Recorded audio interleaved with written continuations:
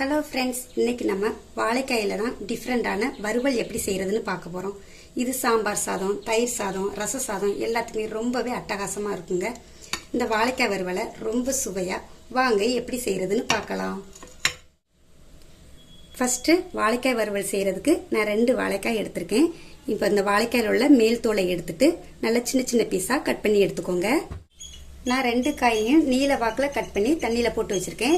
நீங்கள் உங்கள் விருப்பத்துக்கு தகுந்த மாதிரி ரவுண்டாக கட் பண்ணுறதாலும் கட் பண்ணிக்கோங்க. இப்போ ஸ்டவ்வில் ஒரு கடாய் வச்சுருக்கேங்க. நல்லா சூடாயிடுச்சு. கொஞ்சம் எண்ணெய் ஊற்றிக்கலாம். ஒரு 4 ஸ்பூன் அளவுக்கு ஊற்றிக்கோங்க. இப்போ எண்ணெய் நல்லா சூடாயிடுச்சு. இதில் 1 ஸ்பூன் கடுகு உளுந்தம் பருப்பு சேர்த்துக்கோங்க.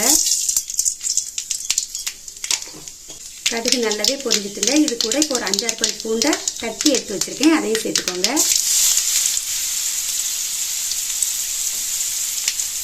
கூடவே ஒரு கொத்து கருவேப்பிலையும் சேர்த்துக்கலாம். பூண்டோட கலர் கொஞ்சம் சிவக்கிற அளவுக்கு வதக்கி எடுத்துக்கோங்க. இந்த அளவுக்கு வதக்கினா போதுங்க. இப்போ இது கூட 1/4 ஸ்பூன் பெருங்காயத்தூள் சேர்த்துக்கோங்க.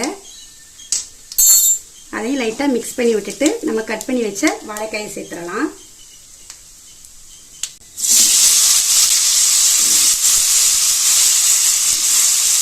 கூடவே 1/4 ஸ்பூன் மஞ்சள் தூளும் சேர்த்து நல்லா கலந்து விட்டுக்கோங்க.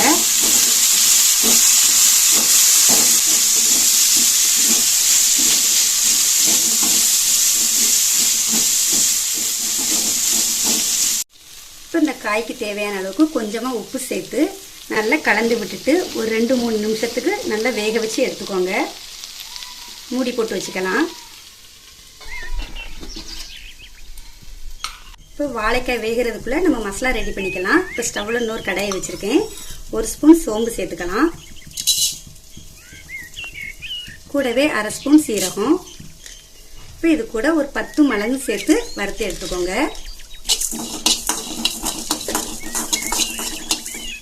இது நல்லா வறுப்பட்டுருச்சுங்க. இப்போ இது கூட காரத்துக்கு 3 முழு வத்தல், கூடவே ஒரு 3 ஸ்பூன் வேர்க்கடலை பருப்பு. இது வறுத்த கடலைனால நான் டைரெக்டாக போடுறேன். நீங்கள் வறுக்காத கடலையாக இருந்தால் வறுத்துட்டு சேர்த்துக்கோங்க. இதையும் ஒரு நேரம் நல்லா வறுத்துக்கலாம். இப்போ இதை ஒரு 1 நிமிஷத்துக்கு வறுத்துட்டு ஸ்டவ் ஆஃப் பண்ணிடலாம்.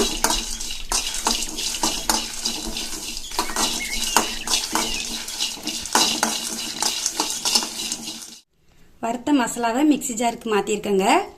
இதை இப்போ திரிச்சிட்டு வந்துடலாம். தண்ணி எதுவும் சேர்க்க வேண்டாம். இந்த அளவுக்கு கொரகொரப்பா திரிச்சு எடுத்துக்கோங்க. ரொம்ப பவுடரா திரிச்சு எடுக்க வேண்டாம். இப்போ நம்ம இந்த வாழைக்காயோட இதை சேர்த்துடலாம்.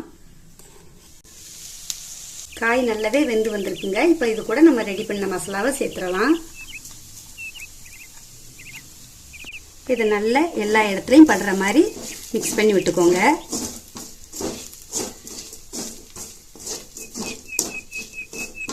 மீடியம் ஃப்ளேம்லேயே வச்சு செய்யுங்க. காயை மெதுவாக கலந்து விடுங்க, உடஞ்சிடக்கூடாது. இப்போ இதை லோ ஃப்ளேம்லேயே வச்சு ஒரு 3 நிமிஷத்துக்கு மூடி வச்சு எடுத்துக்கோங்க. அவ்வளோதாங்க, 3 நிமிஷம் ஆகுது. இப்போ 1 டைம் கலந்து விட்டு நம்ம ஸ்டவ் ஆஃப் பண்ணிடலாம். அவ்வளோதாங்க, சுவையான வாழைக்காய் வறுவல் சூப்பராக ரெடி ஆகிருக்குது. இது செய்கிறதுக்கு 10 நிமிஷம் கூட ஆகாதுங்க. ஆனால் டேஸ்ட் அவ்வளோ அருமையாக இருக்கும். நம்ம மசாலாலாம் வறுத்து செஞ்சதுனால இன்னுமே சுவை கூடுதலாக இருக்கும். நீங்களும் இதே மாதிரி உங்கள் வீட்டில் செஞ்சு பார்த்துட்டு எப்படி இருக்குன்னு கமெண்டில் சொல்லுங்கள். இதே மாதிரி நிறைய வீடியோஸ்க்கு நம்ம வீட்டு சாப்பாடு சேனலை மறக்காமல் சப்ஸ்கிரைப் பண்ணிக்கோங்க. நன்றி.